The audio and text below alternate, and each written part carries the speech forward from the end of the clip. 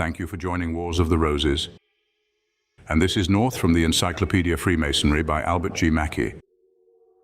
North. The North is Masonically called a place of darkness. The sun in his progress through the ecliptic never reaches farther than 23°28' north of the equator. A wall being erected on any part of the earth farther north than that will therefore at meridian receive the rays of the sun only on its south side, while the north will be entirely in shadow at the hour of meridian.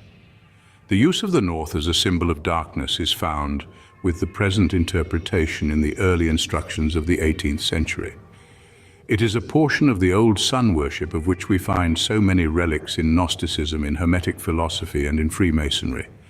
The east was the place of the sun's daily birth, and hence highly revered. The north, the place of his annual death, to which he approached only to lose his vivific heat, and to clothe the earth in darkness of long nights and dreariness of winter. However, this point of the compass or place of Masonic darkness must not be construed as implying that in the Temple of Solomon no light or ventilation was had from this direction.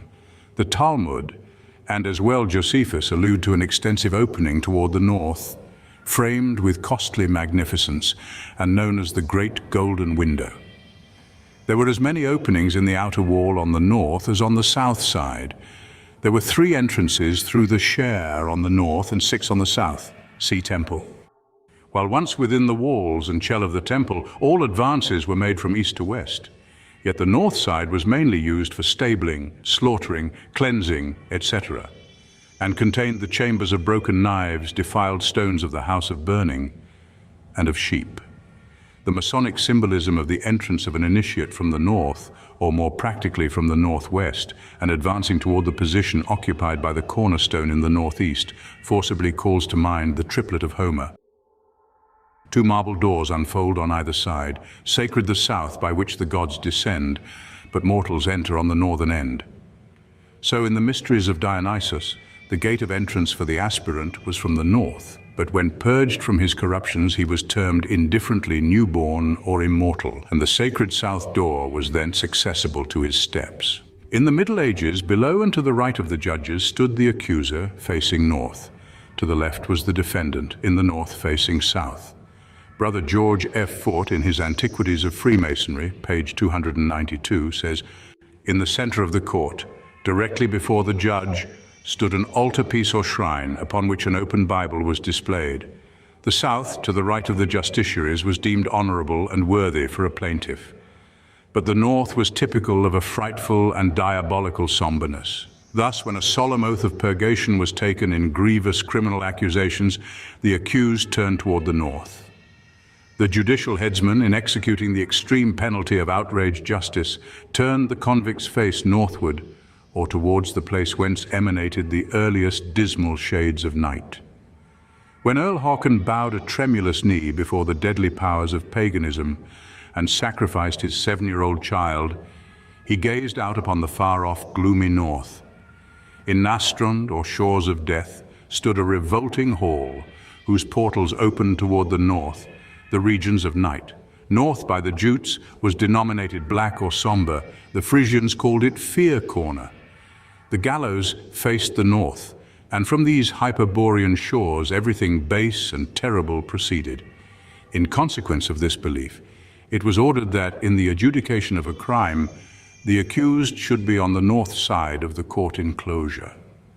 And in harmony with the Scandinavian superstition, no lodge of Masons illumines the darkened north with a symbolic light, whose brightness would be unable to dissipate the gloom of that cardinal point with which was associated all that was sinistrous and direful. So many of our Masonic customs hinge upon the connection with old church practices that we are inclined to add to the above summary a few additional particulars. The book entitled Curious Church Customs, edited by William Andrews, 1898, has on page 136 the following item. Tradition authorizes the expectation that our Lord will appear in the east. Therefore, all the faithful dead are buried with their feet towards the east to meet him. Hence, in Wales, the east wind is called the wind of the dead men's feet. The eastern portion of a churchyard is always looked on as the most honored, next the south, then the west, and last of all the north, from the belief that in this order the dead will rise. A curious instance of this belief is furnished by an epitaph on a tombstone dated 1807 on the north side of Epworth Churchyard, Lincolnshire, the last two lines of which run as follows: "And that I might longer undisturbed abide, I choose to be laid on this northern side." Felons and notorious bad characters were frequently buried on the north side of the church. In Suffolk, most of the churches have both a north and south door, and where old customs are observed, the body is brought in at the south door, put down at the west end of the aisle, and carried out by the north door. In Lincolnshire, the north is generally reserved entirely for funerals, the south and west doors being reserved for christenings and weddings. William Andrews, in a companion volume dealing with ecclesiastical curiosities, 1899, has some references to churchyard superstitions and gives considerable space to inquiries made regarding the old prejudices against being buried on the north side of the church. This prejudice is proven in several parts of England by the scarcity of graves on the north side of churches. The Reverend Theodore Johnson, writing upon this subject, tells of taking charge of a parish in Norfolk, and on being called upon to select a suitable place for a funeral, suggested that as there were no graves on the north side of the church, a place could be assigned there. This aroused vigorous objection, but no particular explanation beyond that of a decided dislike. Further inquiry obtained the information that in some cases, the north part of the churchyard was left unconsecrated for burial of those for whom no religious service was considered necessary. At last, the clergyman found light in visiting an old member of his flock during his last hours on earth. He was a widower, and in speaking of his place of burial, he particularly emphasized the words, "On the south side, sir, near by the wife."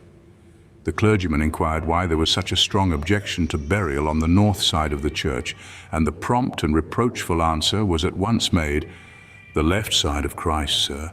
We don't like to be counted among the goats." The author continues, "Here was the best answer to the mystery, pointing with no uncertain words to the glorious resurrection day. This aged earthly shepherd at the end of his years of toil recognized his great master Jesus as the true shepherd of mankind, meeting his flock as they arose from their long sleep of death, with their faces turned eastward, awaiting his appearing.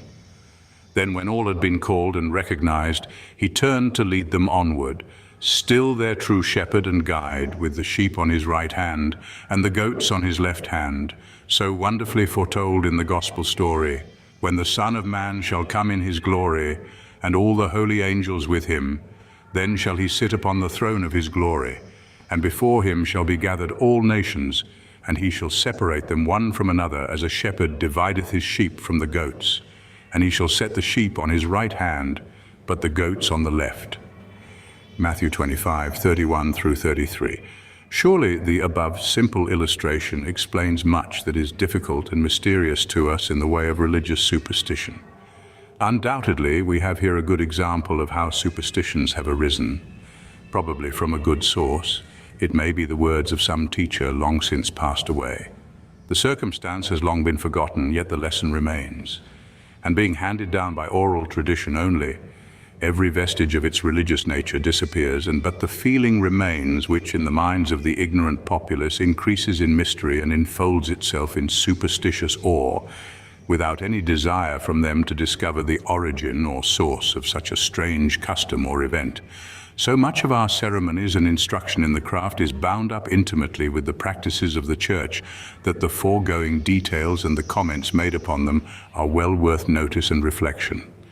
We need not in any enthusiasm for the prehistoric and the religious customs of the older nations in the childhood of their faith, when the mysteries of Greece and Rome were flourishing, overlook the equally good claims for attention presented by the more recent traditions that survive and thrive even unto our own times.